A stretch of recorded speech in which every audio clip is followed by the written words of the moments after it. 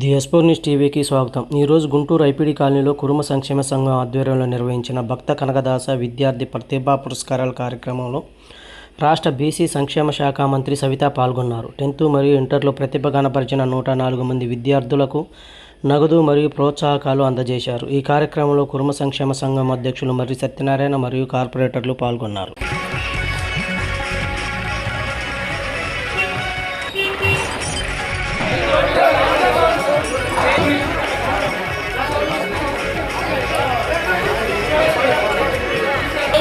వాతావరణం కూడా చల్లగా ఉంది, మనకు అనుకూలంగా ఉంది. కావున మీరు మరి ఏ ప్రశ్న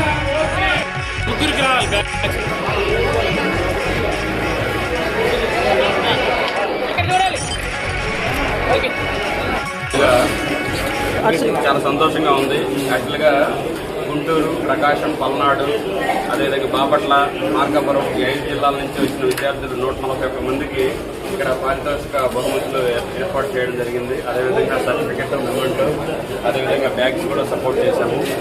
కాబట్టి ప్రతి ఒక్కరు కూడా బాగా చదువుకోవాలి, బాగా ఎదగాలి అంటే మా కోరిక.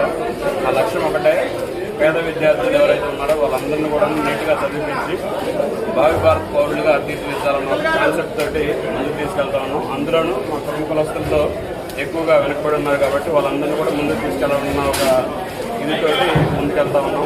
కాబట్టి ఈ కార్యక్రమానికి సపోర్ట్ చేసిన డైరెక్ట్గా కానీ ఇండైరెక్ట్గా కానీ సపోర్ట్ చేసిన ప్రతి ఒక్కరికి కూడా పేరు పేరున ధన్యవాదాలు తెలియజేస్తాం. Thank you.